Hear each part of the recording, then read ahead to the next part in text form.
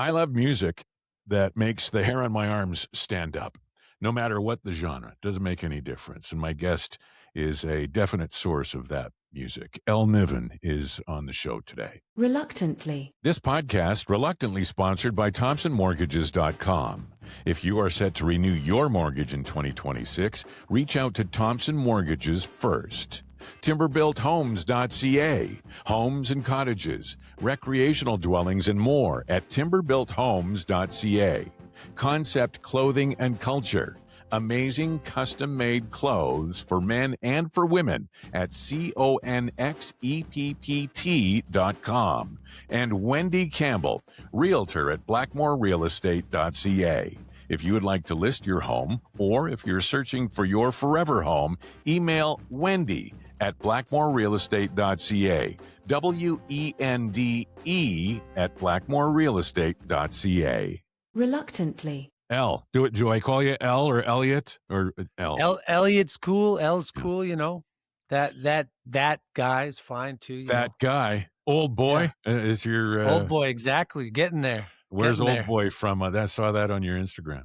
It's just funny because this little side quest I'm doing a lot of boxing lately, and I've been lucky enough to be able to try hard enough to where I'm training with these people that are competitive pro and amateur boxers, but they're all like 25 and stuff. So I'm trying to keep up with them, and I'm old boy, so I'm embracing it. Yeah.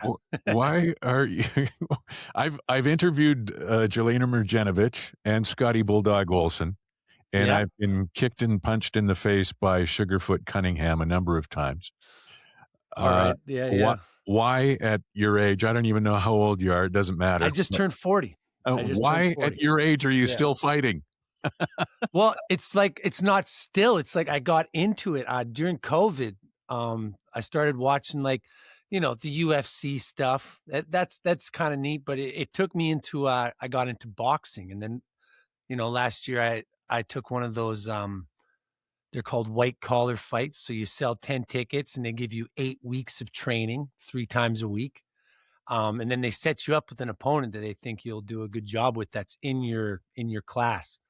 So I decided to try that and gave it a go. And I kept in contact with the people that run the gym that it was at and started training with them. And it's just been, I get a lot out of it. I like it, hitting stuff's fun and all that, but it's a lot like music where you're learning riffs and it's kind of hard to do it. And you got to wrap your head around it, with the trying to do the footwork and stuff. So yeah, it's a good outlet. I guess outlet. But music industry is kind of like boxing though too. A lot of times it's a punch in the gut and a kick in the nuts. And it's a greasy industry, on some levels, right? You hear about some things for sure. Yeah, I agree. Yeah. I talked off the top about music that makes the hair on my arms stand up, and yours is red. I absolutely love Redwater. I'm a nut for drums. Like there's so much drum action from Jeff in that song. I just love it. I was listening to it like 20 minutes ago.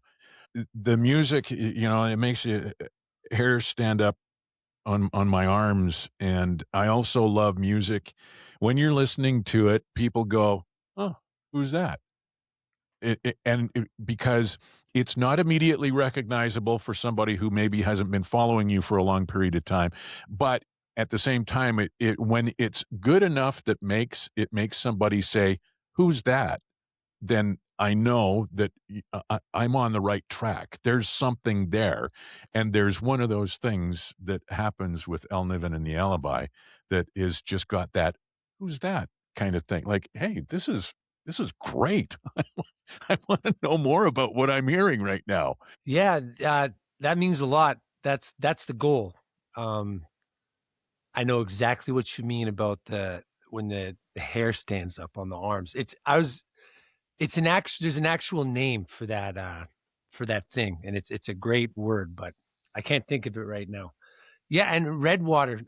Jeff and I played tons as a duo around every little town in Alberta and every bar in this city, kind of in the before, things kind of changed with, I say before COVID and after COVID, just because with music, for us anyways, playing live, it got quite different then. So in 2017 to 19, we were going hard playing as a duo a lot in bars. And we had this gig out at Kick Saloon in Redwater, Alberta. And I came up with that riff, and he starts playing. There's two people in the bar playing the VLTs, but they got up from the VLTs, man, and they were dancing.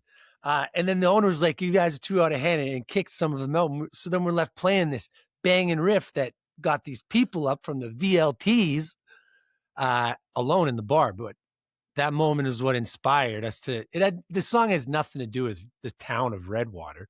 The name came first, and then we wrote the song around the name to sound kind of badass. That's it. So it's called Redwater. You're telling me that the town of Redwater is not the source of inspiration for so many musicians worldwide? I mean, I've been standing on the corner in Redwater, Alberta, 7 women on my mind. There's not a Redwater song similar to Tucson, Arizona, like for the They Eagles? got a good burger baron, it's got that fancy, roof on it with the red and white stripes. Yeah. Oh, I can't believe more people have to go to Redwater to get inspiration so that they can start writing bangers. Yeah. And I do have some friends that we met during all our times playing out there in Redwater, but yeah, it's a badass name, Redwater, Yeah. Yeah. Just chase a vibe. You talked about playing as a duo with Jeff, and there's stories going back with Jeff. Yeah, tons. Yeah, lots. Are there stories of above board and below board? Yeah, for sure. Could be shared? Yeah, it's all good. Whatever, man. I've been playing with Jeff, playing music with that guy for quite a while. We're both originally from Calgary. Our parents worked together. So I was living at home at like 19, and working in an electrical panel building shop, which is all right. But I was listening to music all day at this job, and I could do that. So I was really in tune with, I'd come home and jam with my younger brother and write songs, but we needed a drummer, man. So then my dad's like, I work with this lady, and her son is an outstanding young drummer.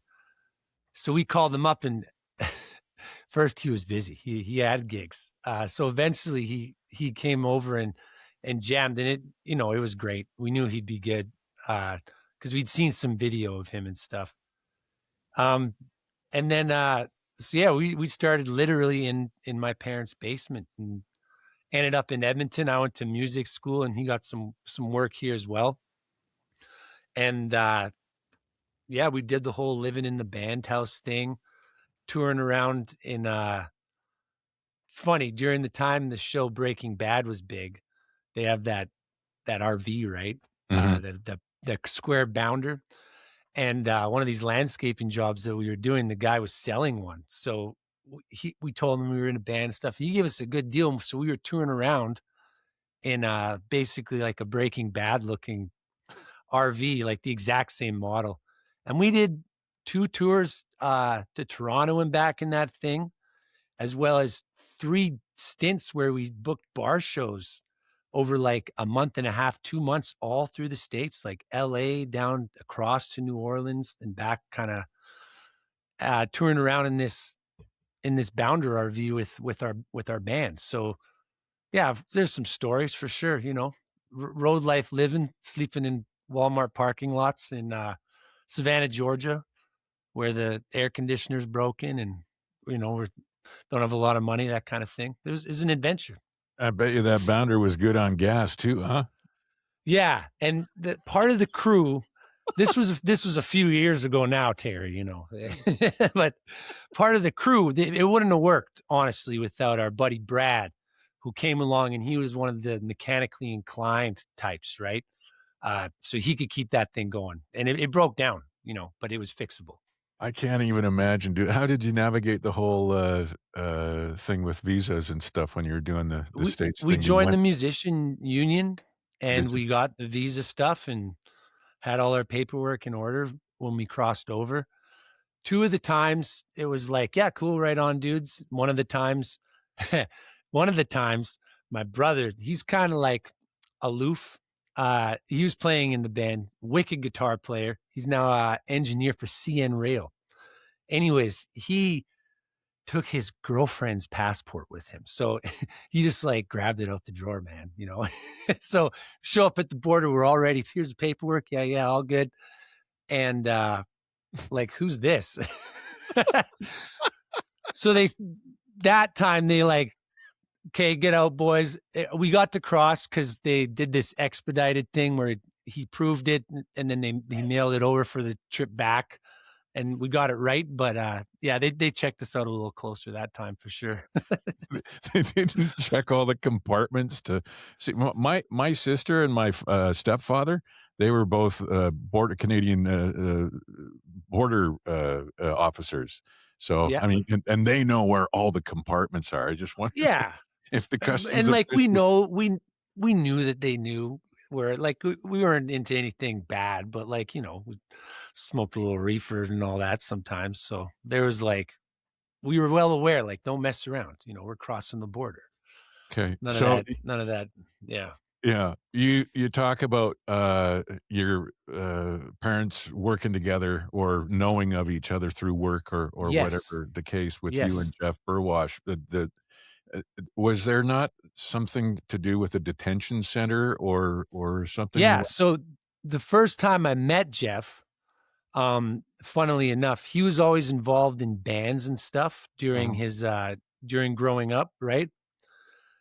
So like school band. And that I was involved because I started getting into trouble like 15. And I was in this alternative measures program that was being done at a detention center where it was like musical therapy. And they actually brought in other volunteer high school kids at that time to go over some stuff and like part of the music program. And Jeff was actually part of that. So that the first time I met him, funnily enough, there was no intention of being like a musician or anything. It was, I played a bit of guitar from grade 6 until, rap was big, like around grade 9 or so. So I wasn't really like into the music side of things, but yeah, Jeff and I met when I was at like a alternative measures program at a detention center when I was a teenager. Paying your debt to society, as it were. Yeah. Just, right off the get-go with alcohol, just didn't really work out for me. Like I even went joyriding in my parents' car when I was 15, went through a neighbor's fence. And so my first job was washing dishes at a place when I was like 14 or 15, but all my money was going to like fines. And it just kind of continued on until I actually like went into some treatment for it when I was 18 years old. Yeah. And then it was all good for a few years. That's when the band started really going. But then it's like I'm in my early 20s, want to be a rock star, and, figured I could give it a try again. And it took about, 7-8 months before the band and my family were like, man, like what's going on? So I went to treatment again when I was 22. Yeah. And I've been on that sober path, completely alcohol free for, I guess it would be 17 years coming up this summer. Good for you. Cheers. Congratulations. I know, like, the demons are always there too, right? Yeah, absolutely. It's just, with the booze, it's just out of hand right away. It wasn't like one of those, some alcoholics, progressively that gets worse and worse and more habitual. It was more like with me, when you give this guy alcohol, it's like I change, Yeah, it's like a reaction almost. Let me tell you about my mortgage broker for a moment. Mike at ThompsonMortgages.com has been client-focused for over 17 years. They take care of all the financial components of your real estate purchase so that you can concentrate on finding the perfect home. Whether you're a first-time buyer or renewing like so many other people in 2026, let ThompsonMortgages.com work for you. They find the lender, and it costs you nothing for their services. The lender pays. Download the app and get pre-approved in 60 seconds. ThompsonMortgages.com, 780-413-6743. Tell them you heard about them on the Reluctantly podcast. Reluctantly. I'd like to take a moment to tell you how excited I am to welcome a new partner on the Reluctantly podcast.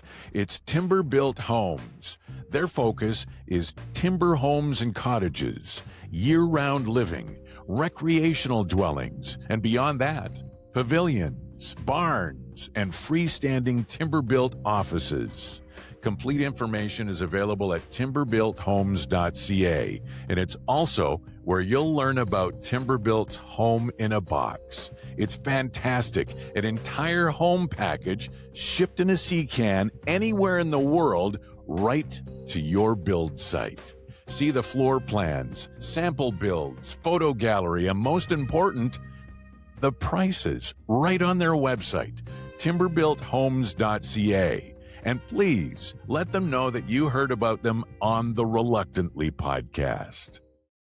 So you get on the sobriety train and pick a vocation, a profession, if you will, that puts you right square up against it, nose to nose, every night that you perform. How do you navigate that? Strange, right? Yeah.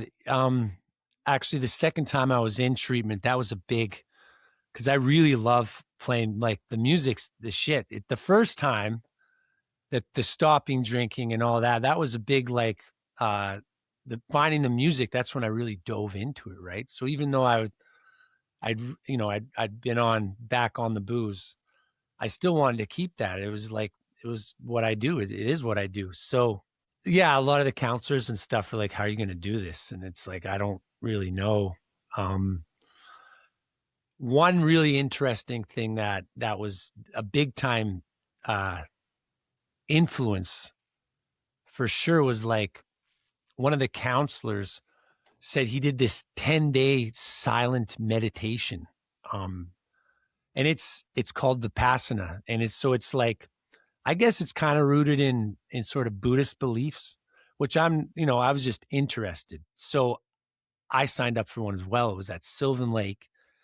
And it was like this 10 days, and it's actually silence. And they're like, you got to try to sit and meditate, and it's all guided and stuff. But that was like, it was a big reset for me, for sure.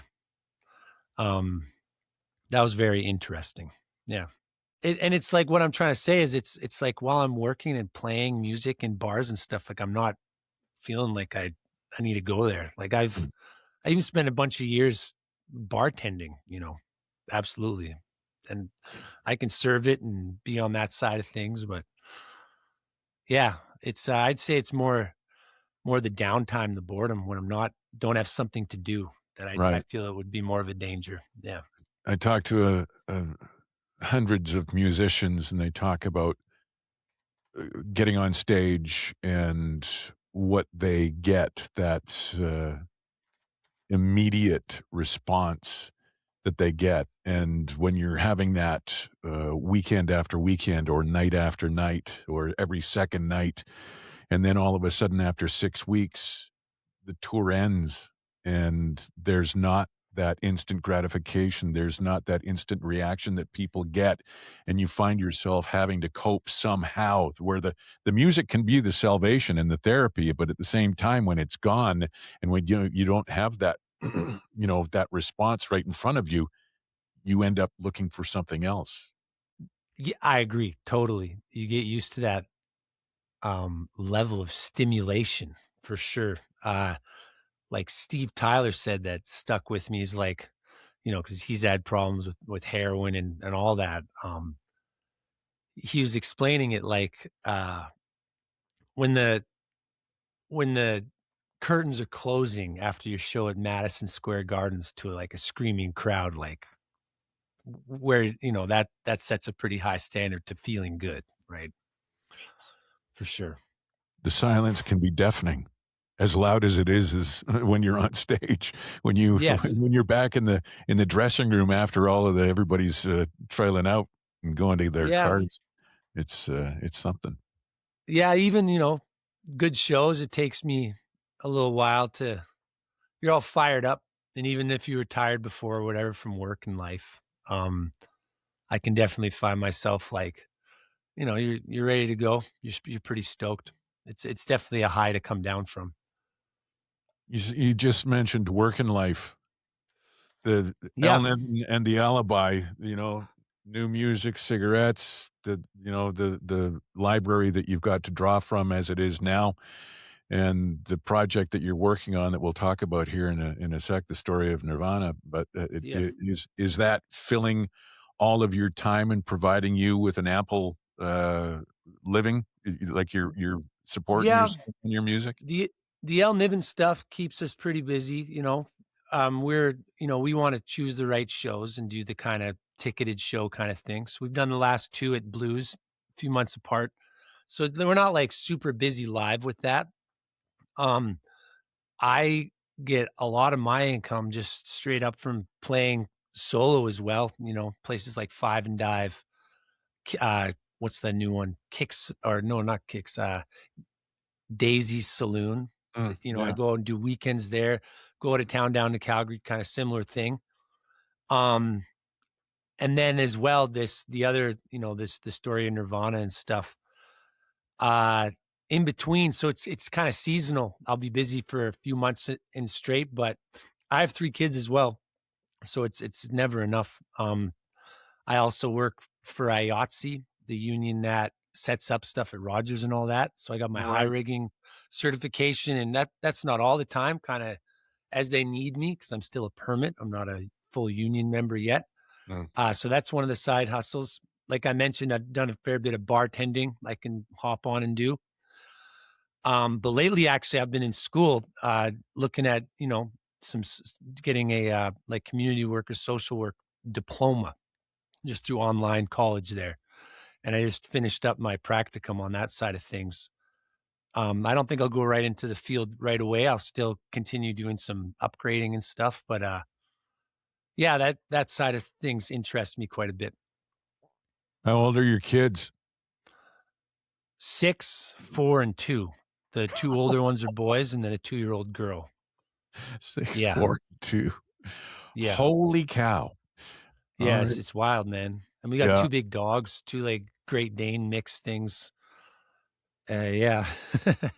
I'm on the other side of it with the kids. You know, mine are grown and out there doing their thing and stuff. Nice. So when people tell me about having young kids, I think, ooh, jeez, holy cow! I remember. We could sit down and talk about that for another whole podcast or 3. Absolutely, man. It's you get used to it though. Like when we have a weekend off, if they go to grandparents or whatever for the weekend, you know, my wife and I have fun. It's great, but we do find ourselves being like, what did we do all the time before kids? Because they're part of what you are. We're used to the chaos. Yeah. So 6, 4, and 2. That means all born since COVID. It takes me back to, I think the first time I saw you were talking about you and Jeff in what was it, 2018, 17 or whatever, that everything started coming together as the duo, and then the Alibi. Yeah. We got busy around then for sure. And then I remember as COVID started around, Yeah. 2019, 20 kind of thing. So before COVID, I believe the first time I saw you was at Century Casino during some sort of band competition or some such thing. Maybe. Yeah. And then the times that we played at casinos, we did the CCR thing at some casinos. Right. And I know we've done stuff at the Argyle.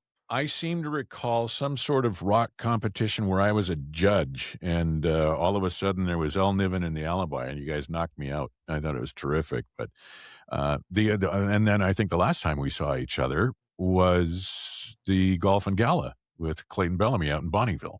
That was awesome, and Yeah. I like golfing now. I didn't know much about it before, but I get it now. It was great.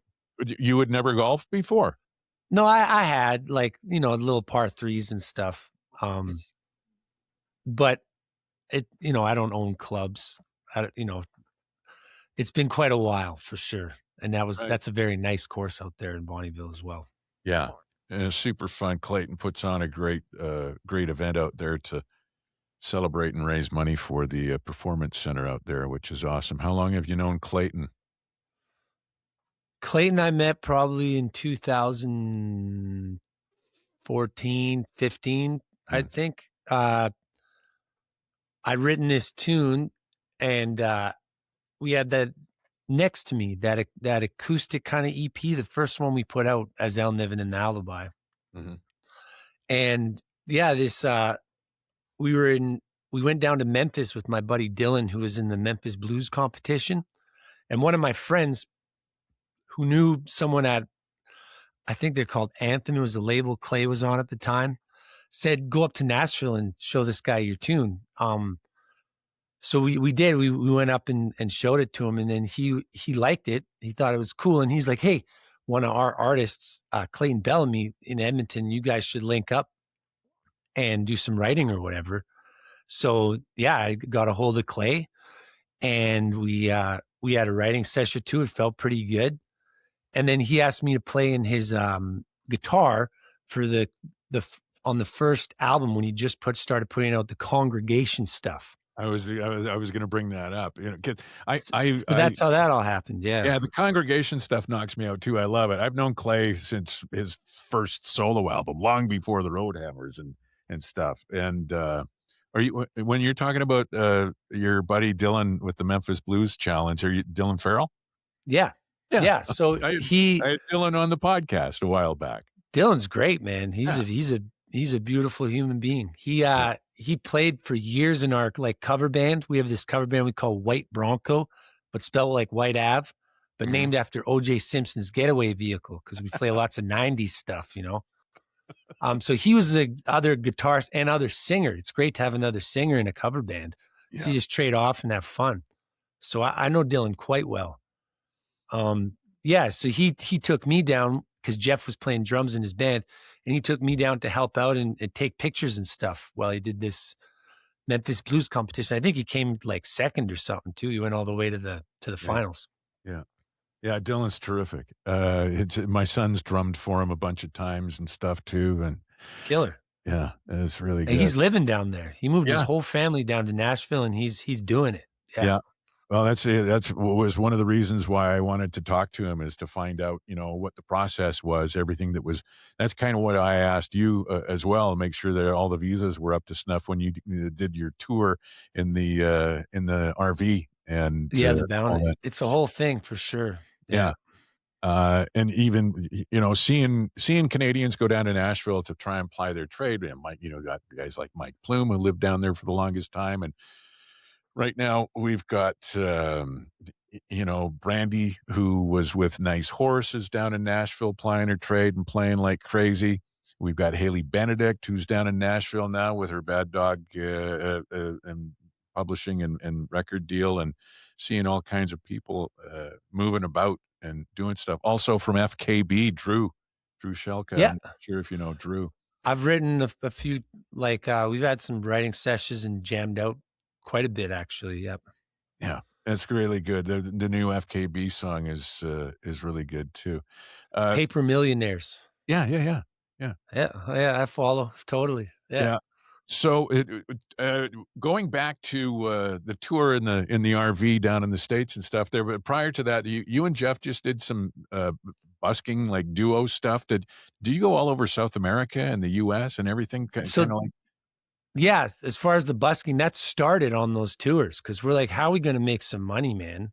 We got these days off because we had a lady that had a booking agency book and help us do it, but it was like, it was playing bars, right, man? So it's usually the earlier days of the week. Bars don't want to, have a band. So we had days off, and it's like, how are we going to make some money? And we're like, well, we could try busking. So, the first time we tried it was on the first tour once we got to Seattle, and we went down to Fisherman's Wharf, but no amps, right? And playing, and no one can really hear you, and it's making no impact. You can't get a jam going with the band, and you're yelling, your voice gets sore. That ain't the ticket. So it's like, okay, how are we going to get this amplified and step it up? So we went to, what's the big store in the States? Not Musician Center or whatever. And we bought some little cheap solid state amps, nothing crazy, for like $30. I still have it. And this little Peavey. My brother did the same. And then one that we could plug microphones into too. And then Jeff had this almost little toy drum kit. Not toy, like miniature, Mhm. And so then we got a power converter, and we plug it into the rig or find outlet on the street, and we run this little unit of amplification off of there. So we started getting, and we'd show up at like events, things like, if they have like a fair or something going on, show up to where it's busy, or like outside baseball games. The most success we ever had, where it really hit, was at Bourbon Street, New Orleans. And we were there like all day, and we really made, I think we made like $1,000, right? Just playing there, jamming all day, people throwing in money when they're, passing by and hanging out. And we've gone through New Orleans 2 more times since then, and we've done it the same thing every time. And it works. The locals get a little, because they busk as well. So, you get a little shoulders bumping and stuff. But yeah, it's a cool experience, man. We've tried outside of St. Louis Cardinals games, but they lost that night. So we weren't getting a lot. People weren't in the good mood. But yeah. Outside the yacht club on a Sunday in Chicago, you got all these people coming in from yachts, right? They got some money, and then we're playing outside of the gates by the waterfront there. Yeah, we made some good money there for sure. Did you ever run into a situation where the constabulary comes by and tries to give you the bum's rush? It reminds me of the Long John Baldry song. I was heard of some sort of boogie woogie music coming from around the corner, and I thought we, in certain places there's bylaws and rules, and we've been told to stop or had to try to go get a permit or whatever. But that's a whole hassle. We'd rather just do it, and it's not a big deal if we got to move on, kind of thing. Hey, give me a minute to tell you about Concept Clothing and Culture. CONXEPPT.com. Suits and tuxedos. And you can find them right here in Edmonton. They're handmade suits, custom tuxedos, tailored essentials, suits starting at $1,188. You choose everything. The color, the fabric, even the stuff on the inside. The little pokey pocket thing that sticks out. It's amazing. It's a terrific experience. You can go through and get something as fancy as a tuxedo, or you can start with outerwear, matching sets, tailored essentials. They even do shirts, trousers, vests, and they do amazing couture for women. CONXEPPT.com. Concept, Clothing, and Culture. Look your best. Reluctantly.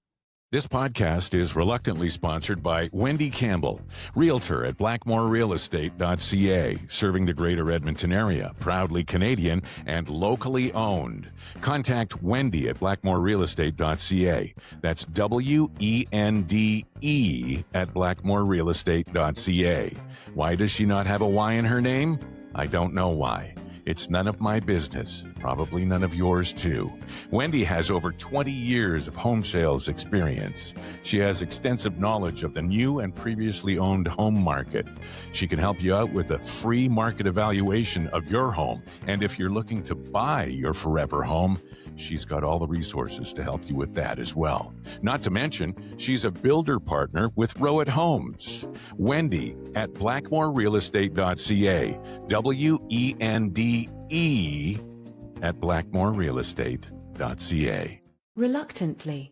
For anybody who's watching this on YouTube, they've probably asked the question to themselves 5 or 6 times already. And how is it that we have the same glasses? Yes, But pretty close. well, they are pretty close. Yeah. Kind of like the 60s. Like these are the same kind of glasses my dad had back when The he was Buddy in Hollies, man. yeah, The back when he was classic. in his 20s, and Buddy Holly had when the plane crashed and all through his career. But yours are a little different. You said that those are the Meta ones or whatever. Yeah, the Ray-Ban Meta ones. Usually I'm not all about the new kind of Technology. gimmicky tech things. You know, I didn't even have an iPhone for a minute, but these are great. They can take video. So I'm like taking video from on stage. You just hit the button, it starts taking video, takes cool pictures. And then they got speakers in them. So you can, listen to, they're not great for if you're like an audio snob. Like they're more like you can hear what's going on around you, obviously, when you're using them. But for watching YouTube or talking on the phone, they're the best. Or if you're working at a job where you're not supposed to be listening to something, no one would know. They're very cool. And you can download languages and it'll give you real-time translation. So I want to take it to a Korean nail salon and hear what kind of shit they're talking.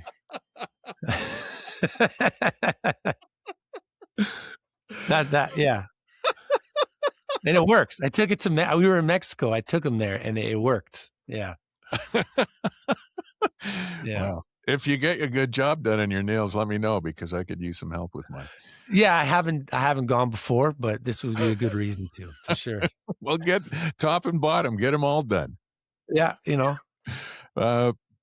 Pileoerection, I think, is when your hair stands up on your arms. Okay, that's it. That sounds right. Yeah. Yes. Something that it sounds sexual, but it's not really. And not everyone has it. It's this experience that not everyone gets, but it is a thing. Yeah. Yeah.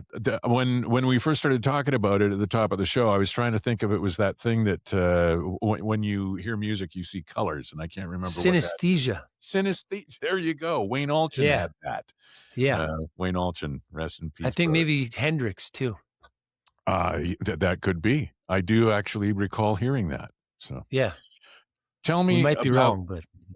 Yeah, but if you are, who cares? Nobody's going to do fact checking on us.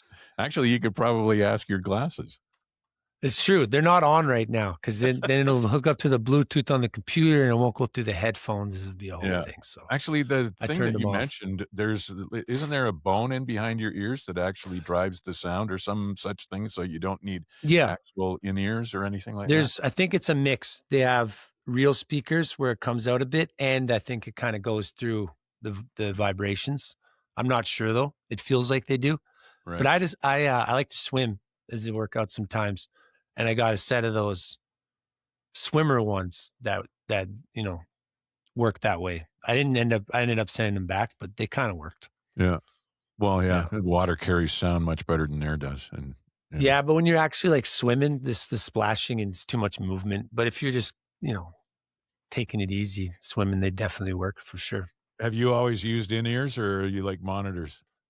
No, it was the whole thing as well. These the two tributes you were talking about that we do a CCR one and a Nirvana one. And with the guys that put that on, the Stars and Stories guys, they've been doing this for a long time. They were all in Hey Romeo before this and toured around and were quite successful with that. And now they have all these Stars and Stories projects. And they're like, we use in-ears. And I was like, oh, that's nerd stuff, all the cool guys that I grew up listening to didn't use that stuff. So at first I resisted big time. And actually, at first we had us all on monitors, and then they'd end up using theirs because they like them. And I'd be on my own with the monitor. And then I started using them first at rehearsals because it's a bit of a learning curve, getting used to it. And now I'm all in. Like I think they're the best. You can do your own mix right on your phone. And I don't even have the fancy ones. I just have the regular, I think not the cheapest Sures, but the second most affordable ones. And for what I do, they're great. You don't get off stage with your ears ringing. Saves your, it's good to be aware of that stuff. Yeah. You can have it as a lower mix instead of, Exactly. Yeah. Because it isolates everything on stage, and Yeah. you can just have it at kind of where you'd want your Bluetooth headphones for easy listening kind of thing. Right. Turn it up a bit so you still feel it, but yeah. Yeah. Plus you're a guitar player, so even after sound check, every time after sound check, you still turn your amp up a little bit anyway. Yeah, we do. And it is a thing. One thing with the in-ears, now that, we've gotten to play some real shows with some real people in the seats kind of thing. And you sound check in the empty auditorium, then you sound check again when there's 500 or 600 people in there, and or not sound check again. When you start playing, it does sound different from the sound check just because the room's got more meat in it, right? So, everything comes up a little bit for sure. One of the reasons I wanted to talk to you today was the fact that you have the Story of Nirvana with Elliot Niven performing, and this is something you just touched on. Have you just done the one show so far in Grande Prairie? So far. Yeah, that was the debut, was in Grande Prairie on Saturday night. We've been, we've been working on the idea and building it and getting the set list together and the band together since, I'd say, last summer. But it was the first show, and I'm stoked. It felt great. It's cool, very satisfying to build something and kind of see it all come together on. It's not like the first shows were playing in front of just a few people. They sold it, and we did it right off the bat. So I'm very excited about hitting the road for that. The back half of March, we're on the road in Saskatchewan, and then the Jubilees in Calgary and Edmonton, April 2nd and 4th. Pretty nice places to play. Yeah, amazing. We did it with the CCR one last fall, and it's like, it's rad.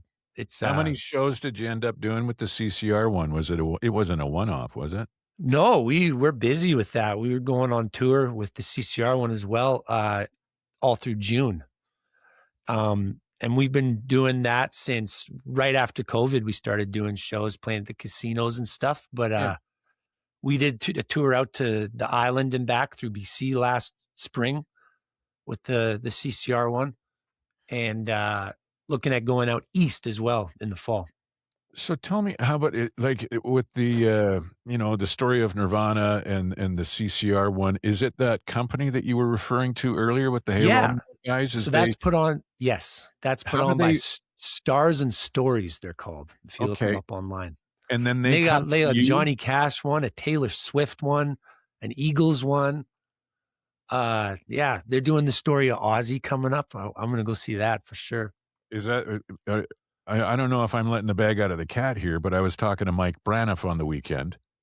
Is he saying he's talking about that? It's probably, I'm hearing stories. Watch us get in trouble for mentioning it. Yeah. Because it's not on their site yet. Yeah. I don't know if I'm supposed to say anything. I might have to edit this out after. I've heard, you can edit this in. I've heard that they're talking about maybe doing some Ozzy Osbourne stuff too. I don't know, Yeah.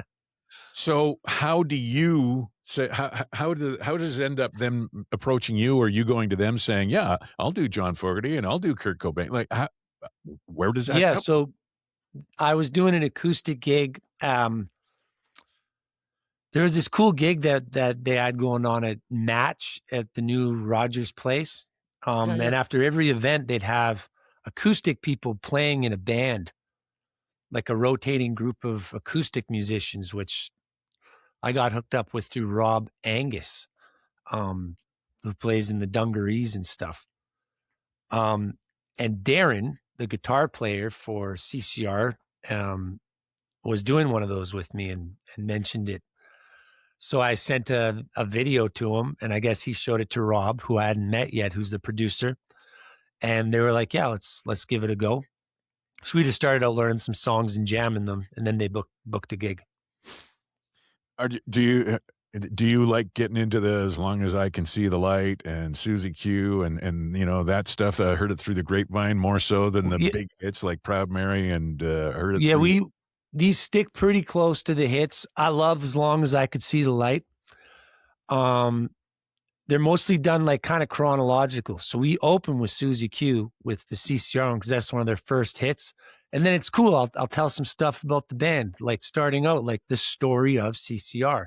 And more or less the set flows chronologically. So we even do some of the Fogerty hits, like I love Old Man Down the Road.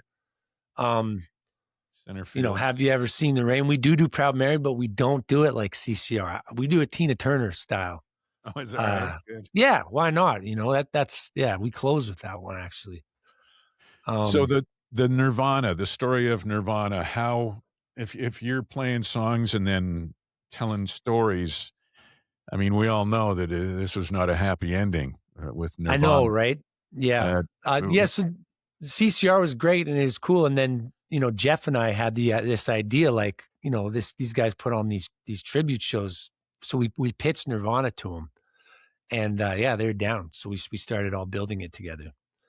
And then as far as like, I was a little intrepid about the story of, but at the end of the day, it's a sad ending. But it's out of that, Foo Fighters, like so many other amazing bands, like he died, and that's terrible. But he's very much alive in other ways, and putting out so much good influence and awesome music, that, the kids are listening to Nirvana now again. Like I had all these teenagers buying shirts and stuff at the Story of Nirvana in Grande Prairie. They're fans of that. So he's still around in his own way, is the way I look at it. When you are facing a task such as this, from pitch to performance, how much, in investigation, how much are you going into? Like, did you ever have a chance to talk to Grohl or Chris Novoselic or anything like that to find out more about the history of the bands, and to what extent do you tell the story between the songs? Okay, so with the Nirvana one, there's more stories than the CCR ones. CCR one, we play a few of the songs back to back. The Nirvana one, there's only 2 or 3 spots in the set where we play songs back to back. So there is stories almost between all the stuff. Some of them are funny, like About a Girl, for example. A lot of people are thinking that's like, because he was dating this lady called Tracy Miranda in their early days. And everyone's like, oh, that's his tribute to her and this and that. But from what I read, in reality, they were trying to hold down this little apartment before he had success. And she was like, you should get a job to like maybe help with the rent a little bit. So basically he's writing a song about like he wants a different kind of girlfriend, right? And like, it gets sad and stuff. I like it though, because it's, as far as the research and all that, I didn't get to talk to Dave Grohl or Chris. We did run in to Pat Smear though. Oh, did you? I was just going to say Pat Smear. Well, we were in London because we won Indie Week in Canada in 2014, and we're walking down the street, and he's there, and Jeff stopped him and gave him a CD, and he's like, "Hey, what's going on?" And he's like, "Oh, I'm gigging tonight." Jeff's like, "Me too," at this little bar, and he's like, "Yeah, I'm playing in Hyde Park over there, right?" So yeah, that's the closest I've come to meeting anyone in Nirvana. But he played in the In Utero tour, yeah. Oh, I should mention that in the show, actually. I forgot all about that till you brought it up. Yeah. Yeah. Little things like that, personal experiences that add to the history of the band will probably end up getting a great reaction, and then you go into the song, whichever. But there's so much to go over as far as when they start to the end. So it's like you could get really deep into it, but the stories do end up getting quite long. So when you look at the timing and the way you're trying to make it flow, sticking to like the main facts. We want it to be good for people that don't know Nirvana that well and for people that are diehard fans. So, as far as the information, there's so many documentaries and stuff that have been done, tons of YouTube stuff. You can get digging a lot deeper and find home movies and all that.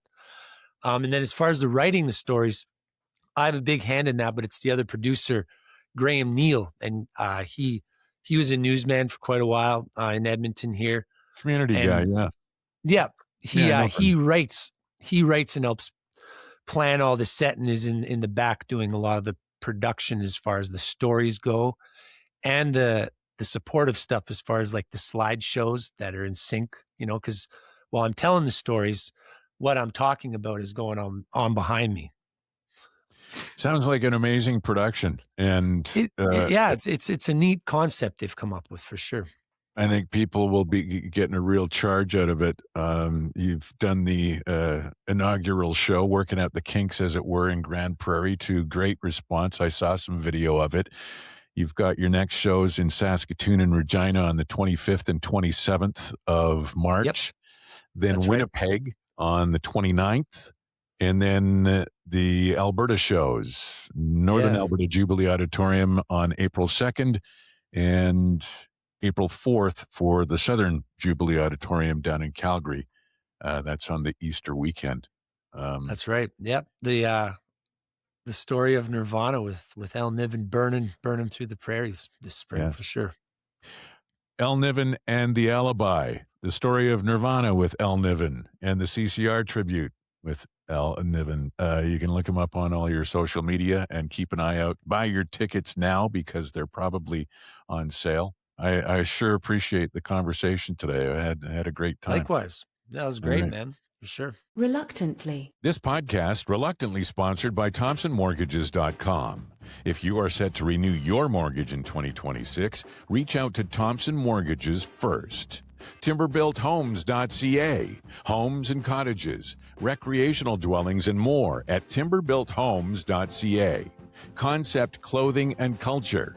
Amazing custom-made clothes for men and for women at CONXEPPT.com.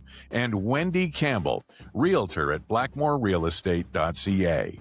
If you would like to list your home, or if you're searching for your forever home, email Wendy at blackmorerealestate.ca. WENDE at blackmorerealestate.ca. Reluctantly.